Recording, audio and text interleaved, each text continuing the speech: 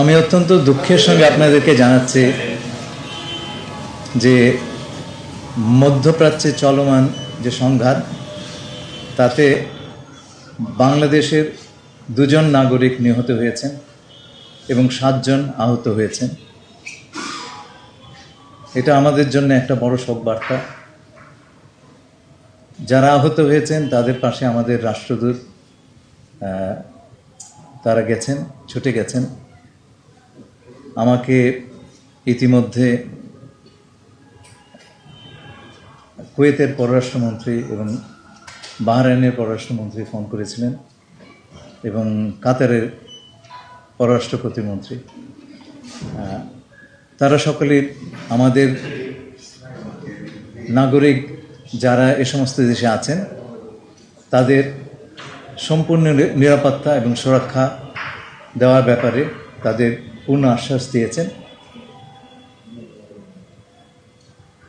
আমরা প্রথম থেকেই বলে এসেছি যে এই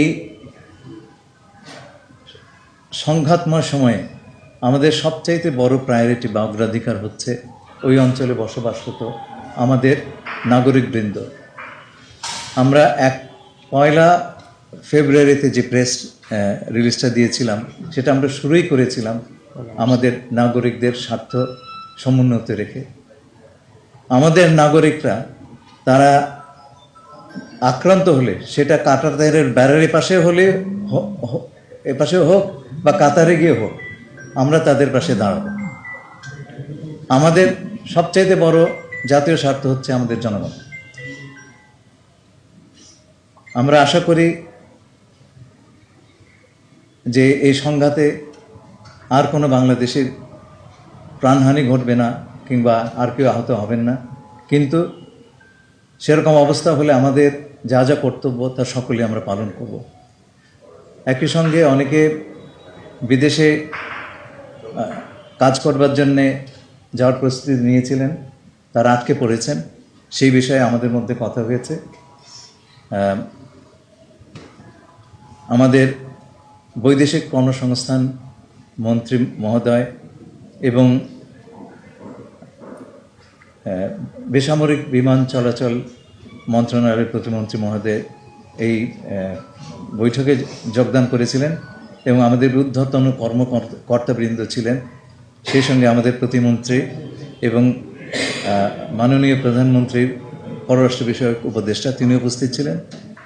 আমরা যারা আটকে পড়েছেন তাদের যখন বিমান চলাচল শুরু হবে দ্রুততম সময় তাদেরকে যাবার বন্দোবস্ত করে দেওয়ার সকল প্রকার কার্যক্রম আমরা সম্পন্ন করার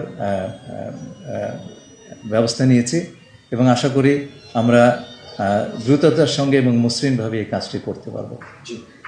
একটা প্রশ্ন হচ্ছে যে বিবেচনায় 2টি স্টেটমেন্ট দেওয়া হয়েছে এখন পর্যন্ত বাংলাদেশের পক্ষ থেকে, সরকারের পক্ষ থেকে। বাংলাদেশের অবস্থানটা সেক্ষেত্রে কোন জায়গায় ফিক্সড আছে যদি সেটা একটু বলতেন। বাংলাদেশের অবস্থান হচ্ছে খুব সোজা। প্রথম কথা হচ্ছে যে আমরা আমাদের জনগণ যারা আমাদের নাগরিক যারা ওই অঞ্চলে আছেন তাদের স্বার্থ রক্ষা 1 নম্বর কথা। আর আমরা মনে করি না যুদ্ধ বা সংঘাত কোনো সমাধান। আমরা চাই অত্যন্ত দ্রুততম সময়ে একটা আলোচনার মাধ্যমে, কূটনীতির মাধ্যমে শান্তিপূর্ণভাবে এই সমস্যাটার সমাধান হোক।